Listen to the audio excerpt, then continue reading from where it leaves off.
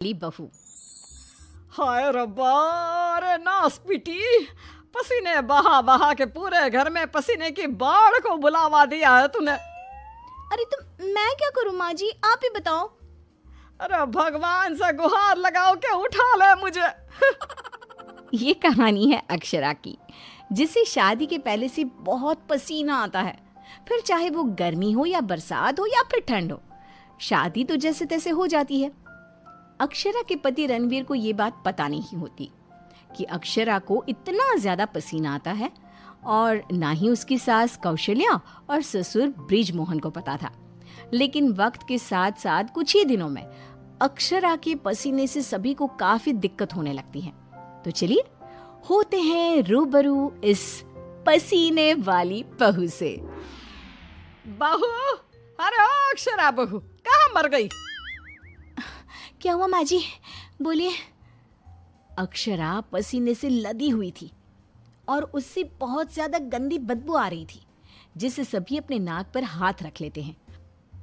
हाय रब्बा, इतनी गंदी बदबू तो गटर की भी नहीं आती। सीरियसली यार अक्षरा, तुम्हारे पसीने की बदबू दूर दूर तक आ रही है। तो मैं किसी बर्फीले इग्लू में बैठकर खाना नहीं बना रही हूँ। इतनी गर्मी है, 2 मिनट गैस के सामने खड़े रहो तो पूरा पसीने से नहा लेते हो आप। इतनी भयंकर गर्मी है, अगर इतनी प्रॉब्लम है तो लगा लो ना रसोई में भी एसी। हाँ हाँ लगा लेते हैं। वैसे भी तेरे मायके वालों ने हमें ट्रक भर के नोटों की गड्डी जो दी है, हैं? क्या बात करती है? मैं भी चूल्हा चौका कर चुकी हूँ, लेकिन इतना पसीना मुझे तो कभी नहीं आया। ऐसे ही एक दिन कौशल्या देखती है कि खाना बनाते समय अक्षरा के माथे का पसीना टपक कर कढ़ाई में गिर रहा है। हाय रब्बा, अरे करम जलियों की महारानी, ये देख, देखिए तेरे पसीने की टंकी का लीकेज बह के अब हमारे खाने में भी टपक रहा है। अब अपना खारा पानी तू नमक के तौर पर इस्तेमाल करेगी क्या हमारे खाने में? माँ जी, मैंने जानबूझकर नहीं किया है। और रही बात पसीने की टपकने की, तो इसी बहाने ये गट्टे की सब्जी ना और भी नमकीन और स्वादिष्ट हो जाएगी मेरे पसीने की मिलावट से। छी छी छी छी, मैं जा रही हूँ बाथरूम, क्योंकि मुझे तो तेरी बातों को सुनकर और ये खाना देखकर ही उल्टी आ रही है। आज तो कुछ नहीं पकाएगी। आज हम तीनों तुझे छोड़कर बसंत भोजनालय चले जाएंगे। तू अकेले ही चखते बैठ अपने पसीने से भरे हुए ये व्यंजन। अगले दिन जब रणवीर दफ्तर से घर आता है, तभी वो अपने कमरे में अक्षरा से कहता है, अक्षरा, कल बॉस की वाइफ का बर्थडे है, इसलिए उन्होंने हमें खास न्योता दिया है, तो तुम और मैं कल पार्टी में जाएंगे। मैं ब्लैक कोट पहनूंगा, तो तुम ब्लैक साड़ी पहन लो। ओके पति जी, और कोई आदेश? नहीं नहीं, आदेश नहीं, लेकिन एक रिक्वेस्ट है। वैसे तो पार्टी में एसी होगी, लेकिन फिर भी ना, तुम पूरी परफ्यूम की बोतल को अपने ऊपर छिड़क के ही चलना। एक क्या, मैं तो कहता हूँ अब 5 चाय बोतल को छिड़क लो ना, क्योंकि अगर किसी ने तुम्हारे पसीने की बदबू को सूंघ लिया ना, तो फालतू में सीन क्रिएट हो जाएगा वहां पर, ठीक है? मुंह टेढ़ा करके अक्षरा जवाब देती है, ठीक है, लगा लूंगी, खुश। अगले दिन पार्टी के लिए अक्षरा सच में 5 परफ्यूम की बोतल को अपने ऊपर छिड़क कर सच धज के रणवीर के साथ पार्टी में चली जाती है। पार्टी में एसी थी, इसलिए पहले के 15 से 20 मिनट तो कुछ भी नहीं हुआ, लेकिन उसके बाद से जो अक्षरा को पसीने छूटने शुरू हुए कि बस वो पसीने से भीग कर गीली होती ही जा रही थी, और उसकी बहुत गंदी बदबू भी आने लगी, जिसको सुनकर पार्टी के गेस्ट आपस में बात करने लगे। अरे ये इतनी गंदी बदबू कहाँ से आ रही है? शायद किसी के जुराबों की गंदी बदबू है ये। जुराबे नहीं, मामला कुछ और ही है जनाब। इतनी बड़ी 5 स्टार पार्टी में पता नहीं कहाँ से घुस गया कोई गटर का कीड़ा। तभी रणवीर अक्षरा को धीरे से कहता है, तुम्हें कहो तो ना, परफ्यूम, पाउडर और साबुन से 10 बार नहाना। लेकिन तुम्हें तो पता है ना कि मुझे पसीने छूटते ही हैं, चाहे कितना भी कुछ भी कर लूं। और उनकी ये बात बगल में खड़ी एक बूढ़ी औरत सुन लेती है और वो बवाल मचा देती है। अरे बाप रे, ये गंदी महक तो यहाँ से आ रही है। रणवीर की बीवी से देखो तो पूरे कपड़े भीग गए इसके पसीने से। सभी रणवीर और अक्षरा पर बहुत हंसते हैं। रणवीर घर जाने के बाद अक्षरा को खूब डांटता है। मिला देना पानी में मेरी पूरी मेहनत से कमाई हुई इज्जत। अरे अक्षरा बहू, किस मिट्टी की बनी हो तुम, जो पसीने का झरना बहता ही रहता है तुम्हारे बदन से 12 महीने और 2400 घंटे नॉन स्टॉप। अरे अभी तो इस कलमुहे के कलेजे को ठंडक पड़ी होगी। लोगों के कुंडली में मार्किश दोष होता है, लेकिन हमारी बहू की कुंडली में पसीना दोष है। अक्षरा को अपने ससुराल वालों की बातें सुनकर बहुत बुरा लगता है, लेकिन फिर भी वो कुछ नहीं कहती और अपने पसीने बहने को अपनी गलती मानकर चुप रह जाती है।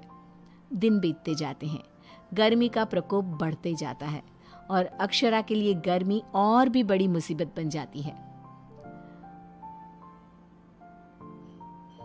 उसे पसीने से पूरे हाथ, पांव, गले, चेहरे और बदन पर घमौरियां आ जाती है, जिसके कारण उसे खूब जलन महसूस होती है। बहुत जलन हो रही है। माँ जी ने एसी का रिमोट भी छुपा के रखा है, इसलिए ताकि मैं एसी ना लगाऊं और बिजली का बिल बच जाए। मम्मी जी, बहुत आग लग रही है। अक्षरा जाकर बाल्टी भर पानी अपने आप पर डाल देती है, तब जाके उसे थोड़ी सी राहत मिलती है।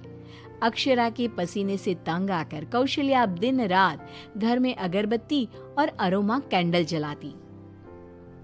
अच्छा हुआ जो रणवीर ने ये खुशबू वाली मोमबत्तियां ला कर दी, इनसे हर जगह अच्छी महक आ रही है। हाँ कौशल्या, बड़ी अच्छी सुगंध है, अगरबत्ती और मोमबत्ती दोनों की भी।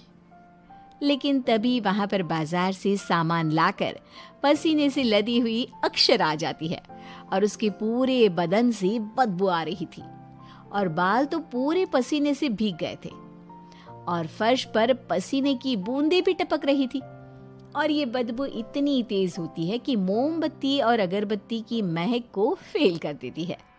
हाय रब्बा, आ गई करम जली।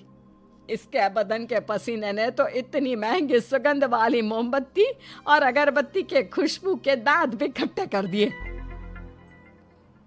बाहर इतनी भीषण गर्मी है मम्मी जी, ऐसा लग रहा है मानो हम किसी ओवन में बंद हो गए हो और केक की तरह बेक हो रहे हो। उफ। दिन ब दिन अक्षरा का पसीना दुश्वार कर देता है सबका जीना। कभी वो सोते समय पूरे बेड के साथ साथ साइड में रखे हुए रणवीर की इम्पोर्टेंट फाइल्स को अपने पसीने से भिगा देती, तो कभी वो गर्मी से अपने बालों में हुए जुओं को गलती से खाने में मिला देती। हाय रब्बा, आज तो हद ही हो गई, खाने में जुए। अक्षरा बस बहुत हुआ, अब और नहीं। अब तुम सीधा अपना बैग पैक करो और अपने मायके शिफ्ट हो जाओ। बिल्कुल सही कह रहा है रणवीर, हमें नहीं चाहिए ऐसी पसीने वाली बहू। अक्षरा रोने लगती है और कहती है, ठीक है मैं चली जाती हूँ, फिर कभी इस घर की दहलीज पार नहीं करूंगी, बाय। अक्षरा रोंदी सूरत लिए घर से निकल जाती है। शाम में जब रणवीर अक्षरा के मायके फोन लगाता है, तब उसे पता चलता है कि अक्षरा तो अब तक घर गई ही नहीं। इस बात को सुनकर रणवीर, कौशल्या और ब्रिजमोहन तीनों डर जाते हैं और चिंताग्रस्त हो जाते हैं। हायो रब्बा, अब कहाँ ढूंढे हम अक्षरा बहू को। मुझे एक जगह पता है मम्मी, जब भी अक्षरा का मूड ऑफ होता है तो वो वहीं पर जाकर बैठती है। रणवीर, कौशल्या और ब्रिजमोहन तीनों एक नदी के किनारे जाते हैं, जहां रात के अंधेरे में अक्षरा नदी की साइड की बेंच पर बैठे हुए बिलख बिलख कर रो रही थी। रणवीर तुरंत जाकर अक्षरा के गले लग जाता है और उससे तीनों माफी मांगते हैं। अक्षरा, हमें माफ कर दो, तुम्हें पसीना आना नेचुरल है, लेकिन तुम जानबूझकर नहीं करती हो ये, और हमने तुम्हें गुस्से में क्या क्या नहीं कहा। हाँ अक्षरा बहू, प्लीज माफ कर दे बेटा।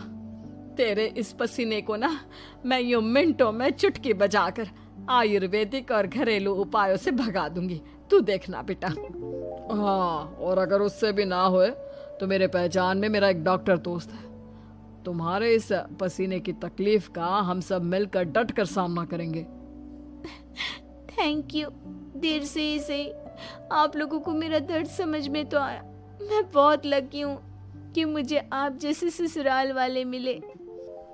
इस तरह ससुराल वाले आयुर्वेदिक उपायों से अक्षरा के पसीने की तकलीफ को मिटा देते हैं और अब उसे मामूली पसीना ही आता है और वो एक सुखी और चैन भरी जिंदगी बिताने लगती है।